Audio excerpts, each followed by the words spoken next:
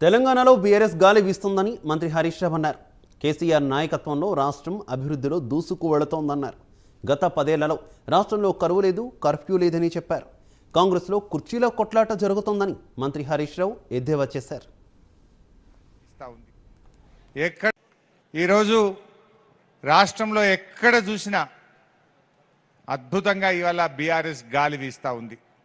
ఎక్కడ చూసినా మాకు మూడోసారి కేసీఆర్ ముఖ్యమంత్రి అని చెప్పి ఇలా ముక్త కంఠంతో ప్రజలు చెప్తా ఉన్నారు. ఎందుకంటే ప్రజలకు క్లారిటీ ఉంది. ఈ తెలంగాణ రాష్ట్రం ఎవరి చేతిలో ఉంటే మరి రాష్ట్రం బాగుపడుతుంది. మన తెలంగాణ వైపు ఎవరైనా మీ ముఖ్యమంత్రి అభ్యర్థి అంటే మనమందరం అంటాం కేసీఆర్ అంటాం. మనందరం కూడా మరి కాంగ్రెస్ వాళ్ళను బీజేపీ వాళ్ళను అడుగు, మీ ముఖ్యమంత్రి ఎవరు అంటే చెప్తారా? వాళ్ళు పోటీ చేసినోడు ముఖ్యమంత్రి అంటాడు, పోటీ చేయనోడు నేనే ముఖ్యమంత్రి అంటాడు. 100 మంది ముఖ్యమంత్రి అభ్యర్థి ఉన్నారు అక్కడ. అంటే వాళ్ళకు పాలన తక్కువ, కుర్చీల కొట్లాట ఎక్కువ. మరి అటువంటి వాళ్ళ చేతుల్లో ఈ తెలంగాణ పడితే బాగుపడుతుందా? ఇలా 10 ఏళ్లల్లో 10 సంవత్సరాల్లో తెలంగాణలో కరువు లేదు, కర్ఫ్యూ లేదు. ఉన్నదా?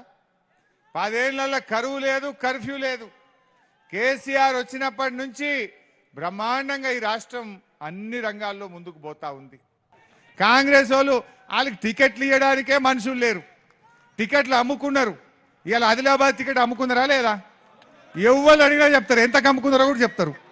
నేను చెప్పినందుకు ఆదిలాబాద్ కాంగ్రెస్ నాయకులే చెప్తున్నారు టికెట్ ఎంతకు అమ్ముకున్నారో లెక్కతో సహా చెప్తున్నారు. ఆధారాలు చెప్తున్నారు. ఎంత 10 కరోడా 10 కోట్లు. సరే మనం ఎందుకు కాంగ్రెస్ వాడే చెప్తుండే ఎంతకు అమ్ముకున్నాడో. ఇలా వాళ్ళు మనుషులు లేరు, టికెట్లు అమ్ముకుంటున్న కాంగ్రెస్ పార్టీ ఈ రాష్ట్రంలో అధికారంలోకి వస్తుందా? ఇలా వాళ్ళ దగ్గర పోటీ చేయడానికి సత్తా కలిగిన నాయకులు లేక పక్క పార్టీల నుంచి రియల్ ఎస్టేట్ వ్యాపారులను తెచ్చుకొని పైసలకు టికెట్లు అమ్ముకుంటున్నారు. ఇలా వాళ్ళు ఇవాళ టికెట్లు అమ్ముకున్నారు, రేపు తెలంగాణను అమ్ముకుంటారు. గాల చేతుల తెలంగాణ ఉంటే బాగుపడుతుందా? ఈ టికెట్లు అమ్ముకుంటే వాళ్ళు రేపు తెలంగాణను అమ్ముకోరా? ఉంచుతారా వీళ్ళు తెలంగాణను? ఇలా చావు నోట్లో పెట్టి తలబెట్టి తెలంగాణ తెచ్చిన కేసీఆర్ దిక్కుంటే లాభం పడుతుందా? ఈ టికెట్లు అమ్ముకునే వాళ్ళ చేతిలో తెలంగాణ ఉంటే బాగుంటుందా? దయచేసి ఇవాళ తెలంగాణ సమాజం